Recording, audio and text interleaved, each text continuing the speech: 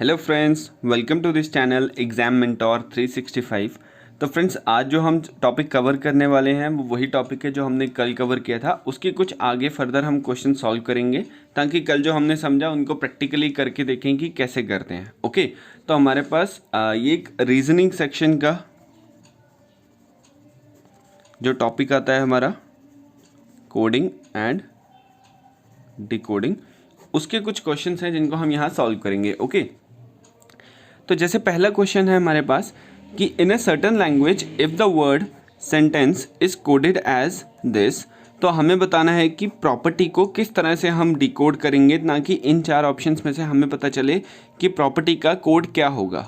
Okay, तो यहाँ पर हमें क्या करना होता है इन क्वेश्चंस में, सबसे पहले हमें ये ढूंढना होता है कि क्वेश्चन का कौन सा लॉजिक है, किस लॉजिक से ये सेंटेंस को उन्होंने इस कोड में डाला है। ठीक है, तो उसके लिए सबसे पहले हम क्या करेंगे, एक जो मैंने आपको कल भी वीडियो में बताया था, अगर आपने वो वीडियो नहीं देखी है तो प्लीज़ जाकर वो वीडियो पहले देखें, बिकॉज उसको नहीं देखेंगे तो आपको बहुत सारी चीज़ें नहीं समझ आएंगी कि आज क्या हो रही हैं। जो नए हैं मैं उनके लिए ये कह रहा हूँ, जिनको ऑलरेडी जिन्होंने बहुत सारे एग्ज़ाम्स दिए हैं और उनको एग्ज़ाम्स की पता है कि किस हिसाब से होता है, उनके लिए भी है वीडियो, तो वो भी वैसे देख सकते हो, कोई प्रॉब्लम नहीं है उसमें। ओके, तो अब यहाँ पर जो सबसे इंपॉर्टेंट चीज़ रहती है वो रहती है हमारी एक सीरीज़ होती है जिसको हमें याद रखना होता है।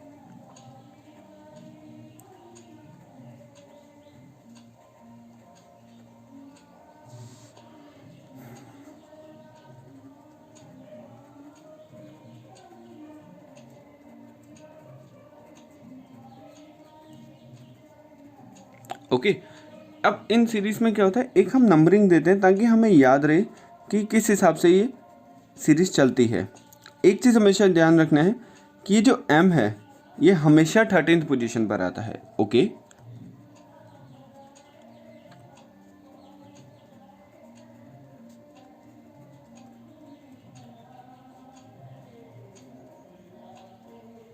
ठीक है।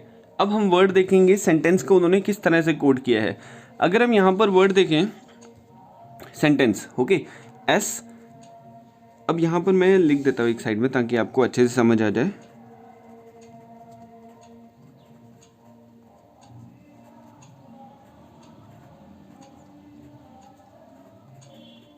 ठीक है, ये उन्होंने वर्ड ऑलरेडी कोड करके दिया हुआ है हमें। ठीक है, अब कैसे समझ आएगा, जब हम सीरीज देखते हैं एस के बाद क्या आता है, हम जब काउंट करते हैं, जब हम देखते हैं ABCD ऐसे करके, एस के बाद आता है हमारा टी आता है नेक्स्ट, मतलब हमारा क्या सिंबल यहाँ यूज़ हो रहा है, +1 का सिंबल यूज़ हो रहा है। ओके, एस के बाद आ रहा है टी, ई के बाद आ रहा है एफ, मतलब फिर से +1, एक एक स्टेप आगे बढ़ते जा रहे हैं। एन, यहाँ ओ लिखा है तो एन के बाद क्या आ रहा है, ओ, मतलब 14 से 15 पे जा रहा है, +1। ओके, तो वैसे ही मेरे यहाँ पर जो सीरीज बन रही है वो बन रही है +1 की। ठीक है, जैसे ई के बाद एफ आता है, सी के बाद डी आता है, एन के बाद ओ आता है, ई के बाद एफ। तो जैसे अब हमने सेंटेंस कंप्लीट किया, वैसे अब जो सेकेंड वर्ड है वो है हमारे पास प्रॉपर्टी। अब हमारे यहाँ पर आपने देखा +1 का पैटर्न फॉलो हुआ है। ठीक है, कौन सा पैटर्न फॉलो हुआ है, +1 का। तो हम क्या करेंगे यहाँ पर, अब प्रॉपर्टी में जैसे ही हम +1 का पैटर्न यूज़ करेंगे तो हमारे पास P के बाद +1 करते हैं, क्या आता है, P के बाद आता है Q, S के बाद P के बाद R के बाद क्या आता है हमारा S, उसके बाद O के बाद क्या आता है P, फिर आता है Q, फिर आता है F, फिर आता है S, U and Z। Y के बाद Z आता है ना। जब हम इसमें +1 करते जाएंगे ना तो ये वाला पैटर्न इसमें फॉलो होता है। ठीक है, तो ये तो था अगर इस टाइप के क्वेश्चन आएंगे जिसमें हमें पैटर्न फाइंड आउट करना है। ठीक है, अब वैसे ही जब हम देखते हैं यहाँ पर सेकंड क्वेश्चन है हमारे पास एक। ठीक है, अब उन्होंने यहाँ पर क्या बोला है सेकंड क्वेश्चन में, अब सेकंड क्वेश्चन में क्या बोला है, इन ए सर्टेन कोड लैंग्वेज, अगर वेलकम को वो बोलते हैं कि हम वेलकम का जो कोड लिख रहे हैं वो लिख रहे हैं ये, तो हमें बताना है कि वर्ड जो वेदर होगा उसको हम किस तरह से डी कोड करेंगे। ठीक है, तो वेलकम को उन्होंने क्या लिख दिया, वेलकम का कोड है ये CEELMOW। अब हमें बताना है वेदर का। ठीक है, अब यहाँ पर ना एक बहुत ही खास पैटर्न फॉलो हुआ है जिसको मोस्टली थोड़ा नहीं ऑन द स्पॉट में ये पैटर्न नहीं पता चलता है। तो ठीक है, तो यहाँ पर जो पैटर्न फॉलो हुआ है मैं आपको वो बताता हूँ। जैसे अभी हमने पीछे वाले क्वेश्चन में क्या किया था, ABCD लिखते हैं जब हम, है ना, AB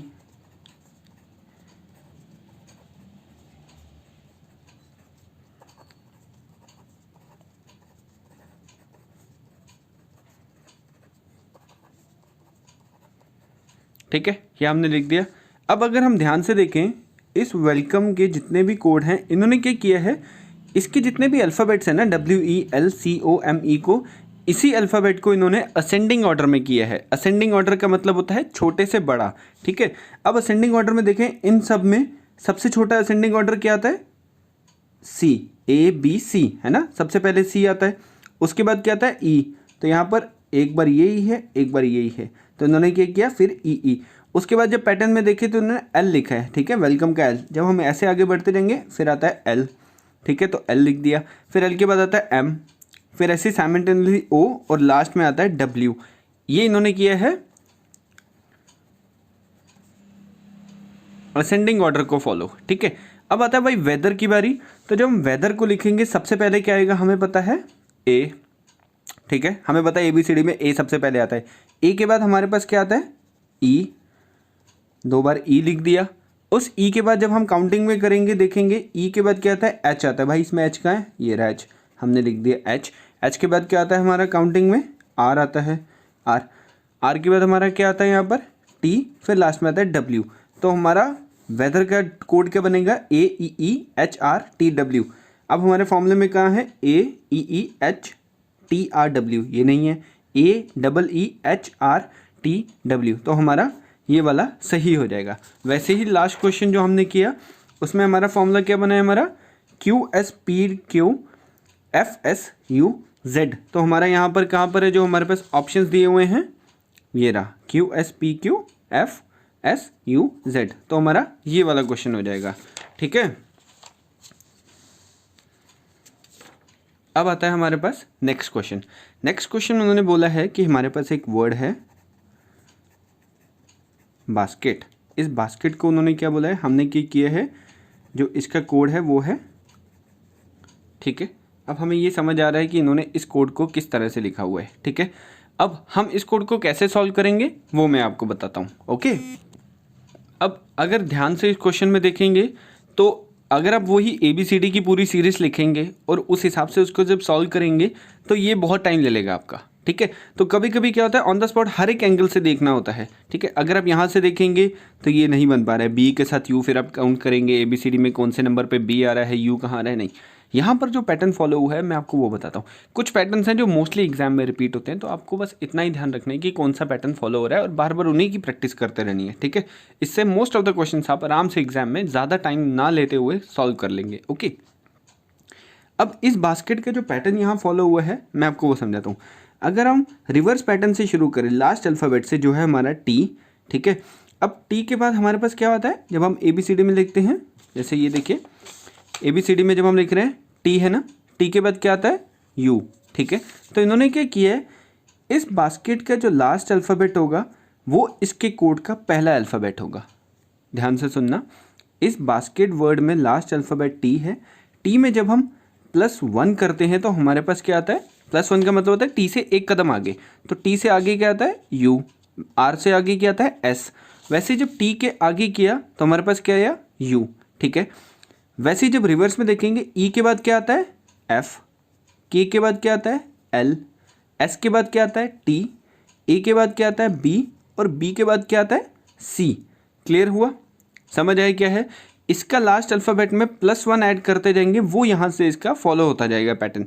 अब हमें इन्होंने बोला है कि आप हमें बताइए सिंपल को कैसे सॉल्व करना है, ठीक है। सिंपल का पैटर्न यहाँ कैसे बनेगा, अगर हम देखें लास्ट से शुरू करना है।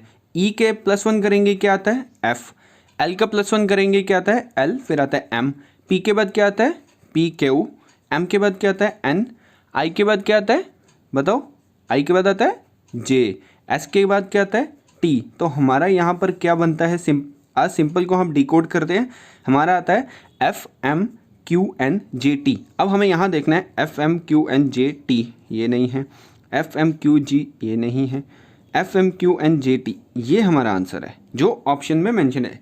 ऑप्शन हमेशा जब भी आंसर देखना सारे ऑप्शंस को एक बार चेक कर लेना। ये F से स्टार्ट नहीं हो रहा है, ये वैसे ही ख़त्म, ये F से स्टार्ट नहीं हो रहा है, वैसे ही ख़त्म। आपको प्रॉपर एलिमिनेशन यूज़ करनी है, ठीक है। एलिमिनेशन यूज़ करेंगे तो आपका प्रॉपर क्वेश्चन जो है वो आगे सॉल्व हो पाएगा। ओके, तो नेक्स्ट क्वेश्चन हमारे पास क्या आता है, मैं आपको कोशिश कर रहा हूँ कि हर एक पैटर्न एटलीस्ट मैं आपको बता सकूँ ताकि आप कोई भी क्वेश्चन आए एग्जाम में तो उसको अच्छे से सॉल्व कर सके, ठीक है। अब यहाँ उन्होंने बोला है कि हमारे पास ADC को कोड दिया है 143, BED बेड को कोड दिया है उन्होंने 254 और हमसे पूछा है DFG का कोड क्या होगा, ठीक है। तो अब अगर हम ABCD की काउंटिंग में देखें, A कौन से नंबर पर आता है हमारा, जैसे ये देखिए A कौन से नंबर पर है 1 2 3 4 5 ऐसे सो ऑन चलते हैं ना। A कौन से नंबर पर आता है 1 नंबर पर आता है। D कौन से नंबर पर आता है, जब हम काउंट करते हैं D को ABCD है ना, D 4th नंबर पे आता है, तो D 4th और C आता है 3rd नंबर पे। तो हमें ये पता चल गया कि इस क्वेश्चन में उन्होंने अल्फ़ाबेट जो है जिस नंबर पर आ रहे हैं उस हिसाब से किया हुआ है, ठीक है। वैसे जब हम बेड को देखते हैं B 2nd नंबर पर आता है, ABCDE 5th नंबर पे आता है, वैसे ही D जो है वो 4th नंबर पर आता है, ठीक है। तो अब हमसे उन्होंने एक्सपेक्ट किया कि हम बताएंगे D को। तो सबसे पहले आपने क्या करना है, D कौन से नंबर पर आता है हमें ये देखना है, ABCD है ना। तो D हमारा कौन से नंबर पर है 4 जैसे ही आया आपने अपने आंसर्स चेक करने हैं। आंसर में पता चल गया ये और ये तो एलिमिनेट हो जाते हैं, ठीक है। फिर हमने F काउंट करना है, F कौन से नंबर पर आता है, जब हमें पता है ABCDE F हमारा 6 नंबर पर आता है, तो हमने लिखा 6। फिर हमें यहाँ से देखना है, ये वाला भी ख़त्म हो गया, ठीक है। हमारे पास बचे 2। फिर हमें क्या देखना है, G कौन से नंबर पर आता है, तो ABCDEF G, तो G कौन से नंबर पर है 7। तो हमने देखना है कि इसमें 7 नहीं है, ये ख़त्म, तो हमारे पास 4 6 7 जो है वो इसका कोड बन जाता है। तो काफ़ी इजी क्वेश्चन है, आपको बिल्कुल घबराना नहीं है कि पेपर में किस तरह से आएगा। यही चीज़ें होती हैं, बस थोड़े क्वेश्चंस को घुमाकर कॉम्प्लिकेट करके दिया जाता है ताकि आप उसको थोड़ा टाइम तो लें। एग्जामिनर अगर आपको एकदम इजी क्वेश्चन दे देगा तो फिर उसको भी तो थोड़ा अपना स्टैंडर्ड दिखाना है कि मैंने कुछ सेट किया है बच्चों के लिए, ठीक है। तो आपको वैसे नहीं सोचना है, हाँ बस क्वेश्चन को एक बार फटाफट देखना है 10 से 15 सेकंड में। अगर ऑन द स्पॉट उसका आंसर या ऑन द स्पॉट उसका कोई हिंट आपको स्ट्राइक हो रही है कि इसमें ये चीज़ यूज़ हो रही है, तो उसी टाइम उसको सॉल्व नहीं कर पा रहे हैं, टाइम नहीं है, तो लिख लो ताकि बाद में जब टाइम बचे एग्जाम में तो उसको सॉल्व कर लो। और अगर नहीं आता रहा तो उस क्वेश्चन को फिलहाल के लिए आप स्किप कर दो और उस पर एक सर्कल या कुछ ऐसा मार्क लगा दो कि आप बाद में आकर इसको टाइम दोगे, ठीक है।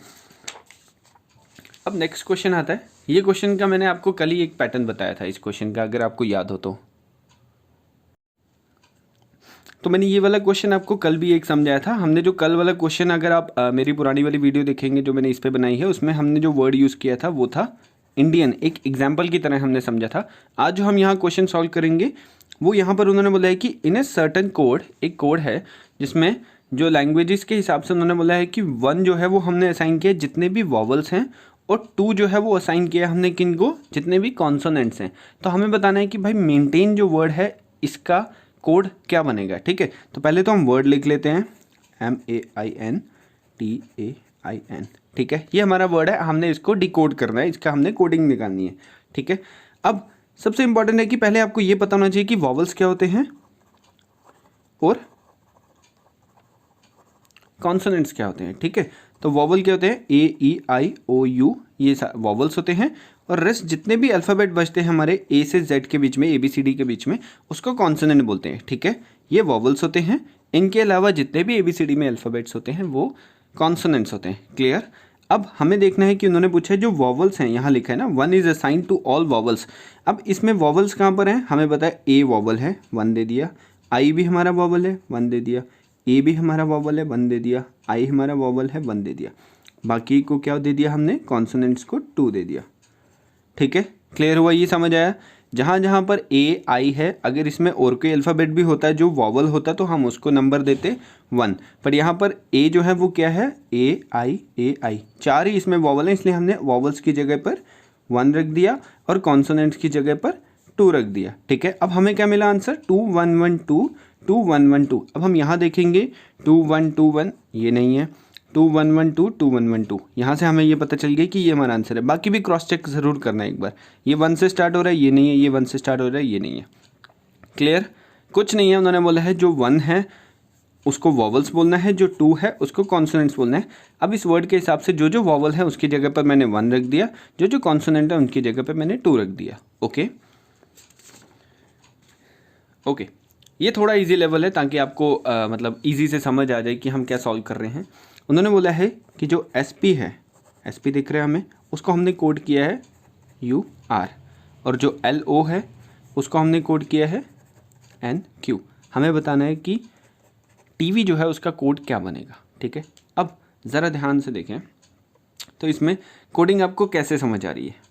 ठीक है, आपको हमेशा याद रखना है कि ABCD को हमेशा एक, जब भी आपको एग्ज़ाम देने जा रहे हैं ना, तो साइड में वो जो ABCD का पैटर्न होता है ना, A से Z, जैसे ABCD वाला है ना, ये वाला पैटर्न, M तक 13 होते हैं, फिर N से यहाँ रिवर्स पैटर्न जो हमारा स्टार्ट हो जाता है ना, कहाँ तक, Z तक।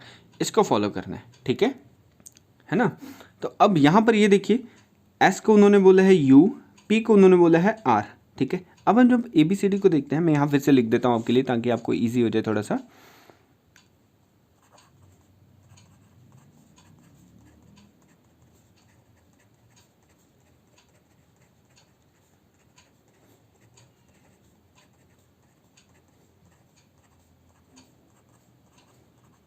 ठीक है, अब हम यहाँ पर देखेंगे S का है हमारा, ये रहा। जब हम इस सीरीज़ को प्रॉपर फॉलो करते हैं, ये 13 नंबर पर आता है, ये 14 पे आता है, ये 1 पर आता है, और ये कंटिन्यू 26 पे आता है। ठीक है, बीच में सारे काउंट आप कर सकते हैं, कोई इशू नहीं है, आराम से अपना एक एंगल बना सकते हैं। ठीक है, इसको एक साइड कर देते हैं।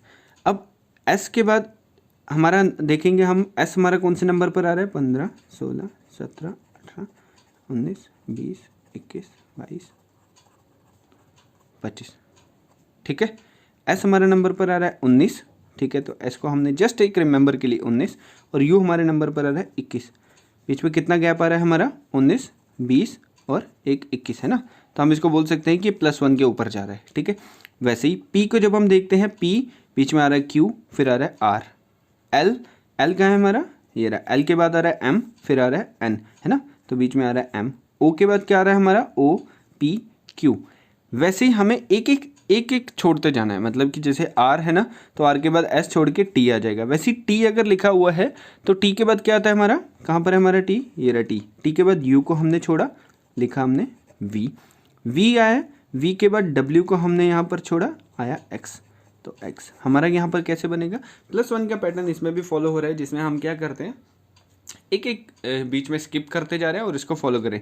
अब Vx हमारा यहाँ Vx है, यहाँ नहीं है, यहाँ नहीं है, यहाँ नहीं है, यहाँ हमारा Vx है, यहाँ XV है। देखो क्रॉस चेक करना बहुत ज़रूरी है सारे पार्ट में, क्योंकि वो कुछ भी दे सकते हैं क्वेश्चन, तो आप कंफ्यूज ना हो, इसलिए एक बार हर आंसर को अपने देखना है कि यार मेरा आंसर अगर जो मैंने सॉल्व भी कर दिए है, सारे ऑप्शंस को देखना है और उसके बाद फाइनल टिक करना है, या OMR जैसा भी आपका CBT एग्जाम हो रहा है उस हिसाब से उस आंसर को टिक करना है।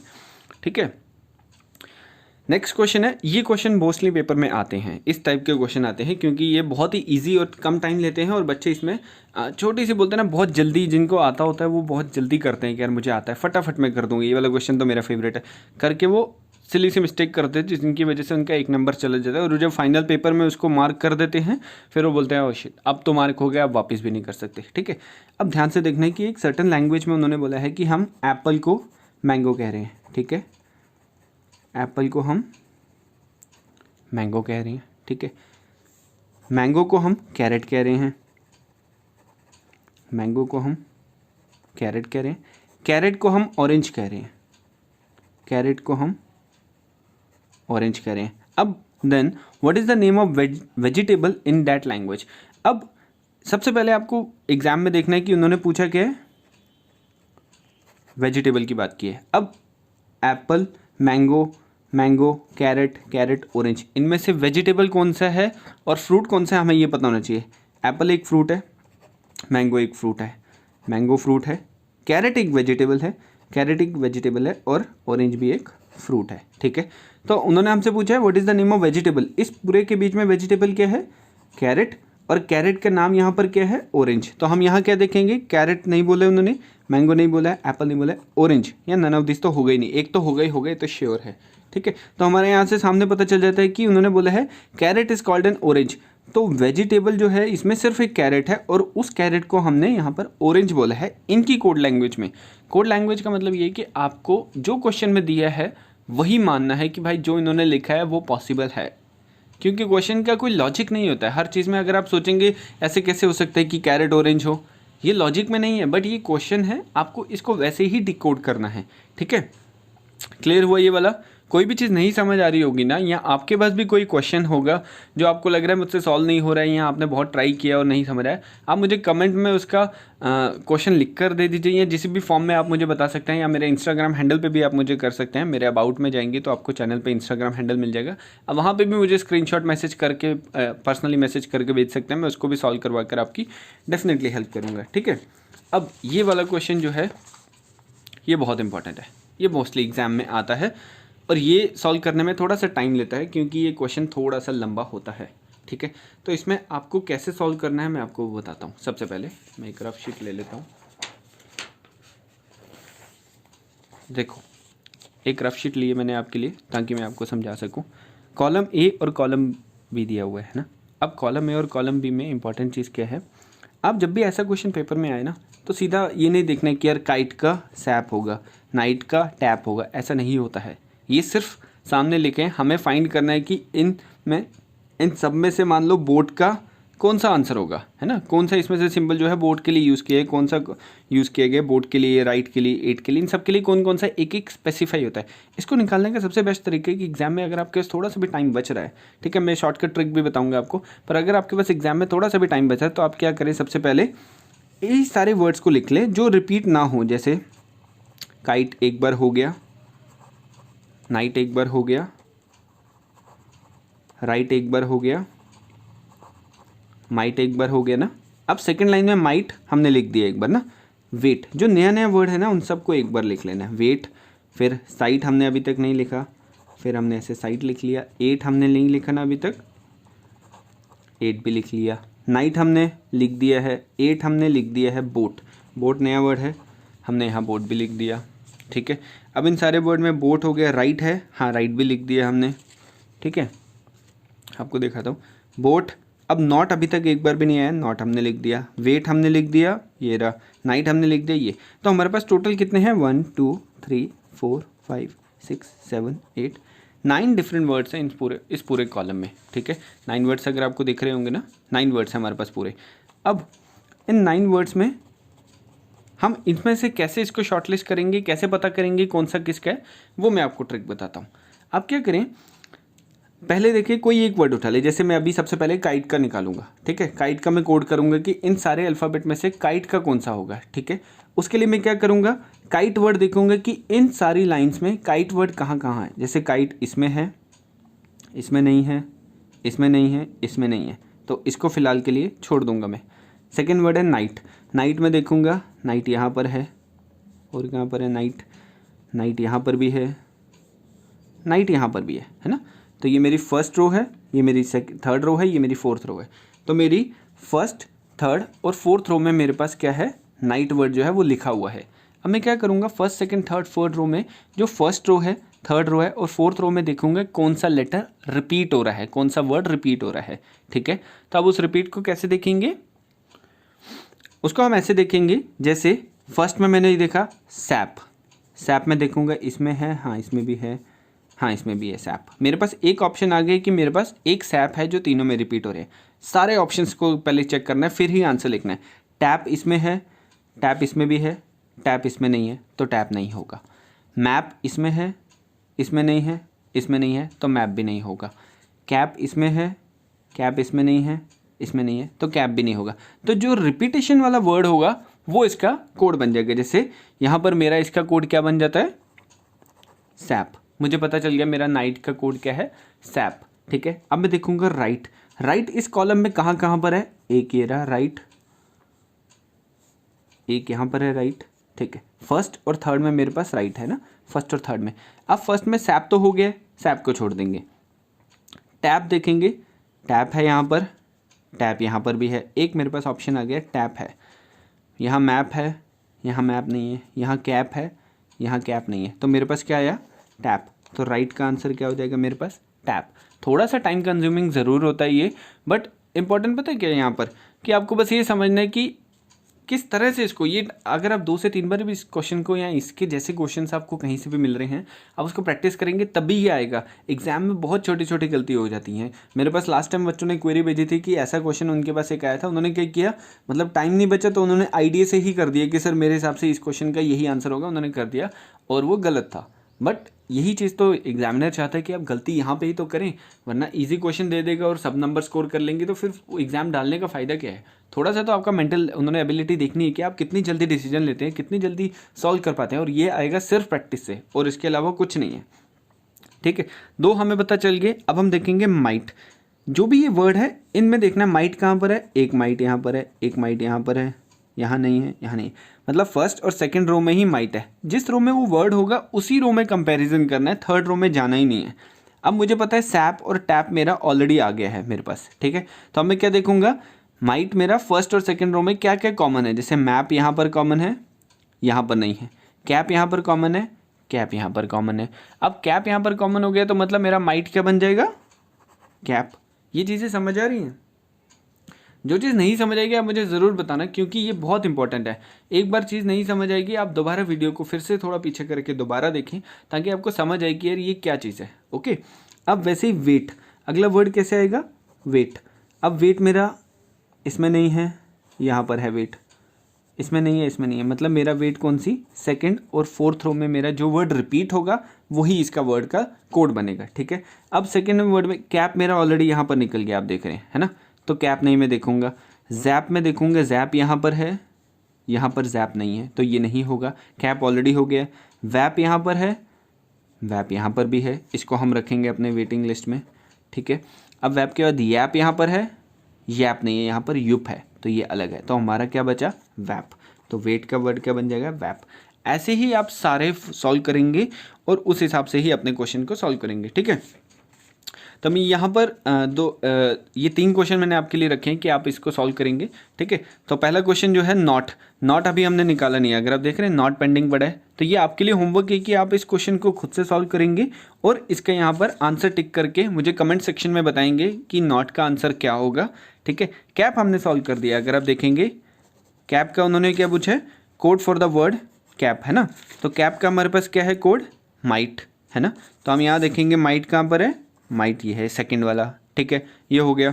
थर्ड वाला हमारा क्या वर्ड है, राइट, हमने राइट को भी सॉल्व किया है ना, ये देखो राइट को हमने क्या बनाया है, टैप, तो हमारा राइट यहाँ पर कहाँ बन जाएगा, युप नहीं है, सैप नहीं है, मैप नहीं है, टैप, तो हमारा राइट क्या बन जाएगा, टैप। वैसे ही जो हमारा नॉट होगा ये आपका होमवर्क है, आप इसको सॉल्व करके मुझे कमेंट सेक्शन पे बनाएं कि कोड का जो नॉट है इसका कोड क्या होगा। ठीक है, ताकि मैं आगे समझ पाऊँ कि हाँ आपको समझ आ भी रहा है या नहीं आ रहा है। और ऐसे में कुछ क्वेश्चंस और भी आपको दूंगा होमवर्क के लिए, इन द सेंस कि आप उसको सॉल्व करें। देखिए क्या होता है ना, समझना बहुत आसान है, आप वीडियो देखेंगे आपको समझ आ जाएगा, हाँ, बट जब तक आप उस क्वेश्चन को खुद से प्रैक्टिस नहीं करेंगे तब तक वो आपको समझ नहीं आएगा कि आपको कैसे उस क्वेश्चन को फर्दर सॉल्व करना है। ठीक है, तो वैसे ही जितने भी क्वेश्चन आज हमने किए हैं इनकी आप प्रॉपर प्रैक्टिस करिए, और कोई भी डाउट आता है आप कमेंट सेक्शन पर ज़रूर बताएं। मेरी वीडियो अच्छी लग रही हो तो प्लीज़ चैनल को लाइक, सब्सक्राइब और शेयर ज़रूर करें ताकि मैं और अच्छी से अच्छी वीडियो डाल सकूं, और बेल आइकन को ज़रूर प्रेस करें ताकि अपकमिंग जितने भी वीडियोस हैं वो मैं यहाँ पर अपलोड कर सकूं और आपको सबसे पहले उसका नोटिफिकेशन मिले और आप उसको देखें और सीखें। Thank you so much guys.